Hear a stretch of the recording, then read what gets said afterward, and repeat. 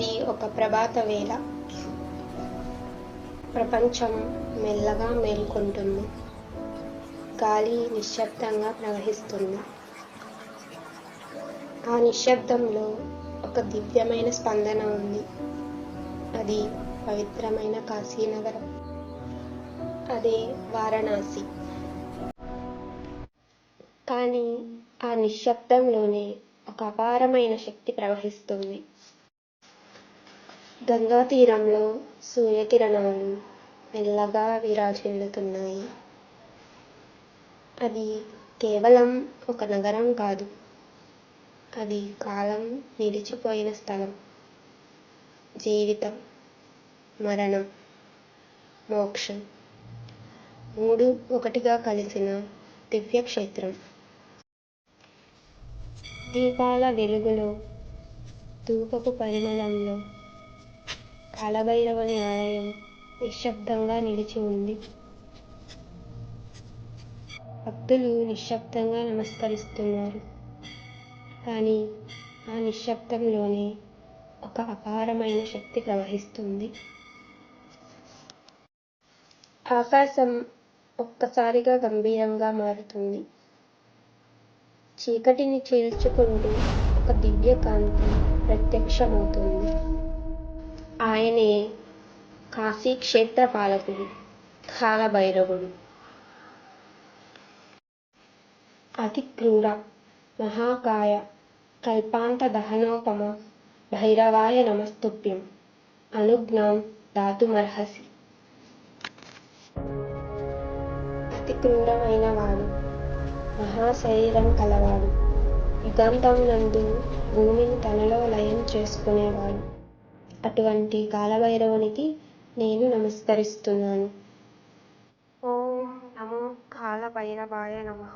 నమో భూతనాదం నమః ప్రేతనాదం నమః కాలకాలం నమో రుండమాలం నమః కాళికా ప్రేమలోలం కరాళం నమో భైరవం కాశికాక్షేత్రపాలం హస్తాంబుజాలం కృతనాగదండం ఖడ్గేన ఖండీకృత శత్రుపిండం కంఠే చ మాలాయుత రుండచండం కాశీ ప్రభుం భైరవనాథమిదే ధ్యాయామి ధ్యానం సమర్పయామి. ఈరోజు మనం కాలభైరవ దశనామ స్తోత్రం గురించి తెలుసుకుందాం.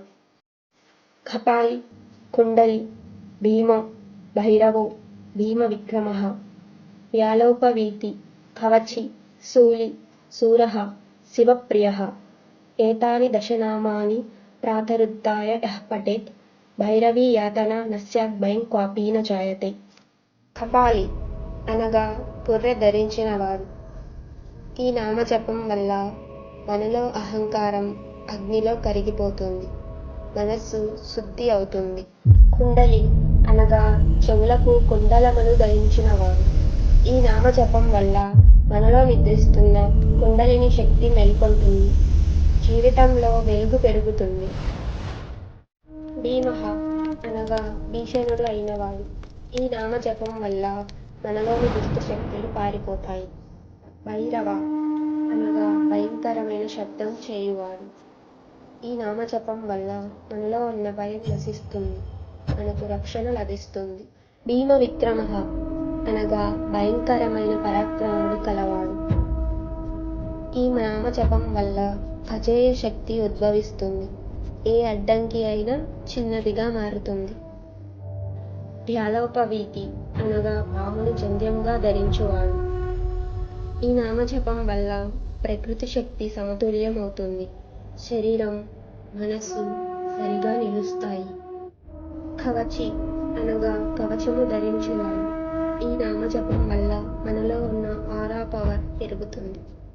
శూలి అనగా శూలము ధరించువాడు. ఈ నామజపం వల్ల అనర్థాలు నశిస్తాయి. శూర అనగా వీరుడు. ఈ నామజపం వల్ల భయం ధైర్యంగా మారుతుంది, మనసులో స్థిరత్వం వస్తుంది. శివప్రియ అనగా శివునకు ఎంతో ప్రీతికరమైన వాడు అని అర్థం. ఈ నామజపం వల్ల శివుని కృప లభిస్తుంది, జీవితంలో శాంతి, అనుగ్రహం నిండిపోతాయి. శివునికి ప్రియుడు, భక్తులకు రక్షకుడు శ్రీ కాలభైరవుడు. ఆయన కళ్ళలో ఉగ్రత ఉంది, కానీ ఆ ఉగ్రత వెనుక అపారమైన కరుణ ఉంది. ఈ 10 నామాలు సాధారణ పదాలు కావు. ఇవి రక్షణ, ఇవి ధైర్యం, ఇవి శక్తి. ప్రతి ఉదయం వీటిని స్మరించిన వారికి అపమృత్యు భయం ఉండదు. దుష్టశక్తులు దూరమవుతాయి. మనసు ప్రశాంతంగా మారుతుంది. కాలభైరవుని కృపతో జీవితం సురక్షితంగా ఉంటుంది. ప్రపంచం మారకపోయినా మనలో మార్పు వస్తుంది. అదే కాలభైరవుని అనుగ్రహం. ఈ వీడియో మీకు నచ్చినట్లయితే లైక్ చేయండి, షేర్ చేయండి, అలాగే మన ఛానల్ని సబ్స్క్రైబ్ చేయండి. Thank you for watching.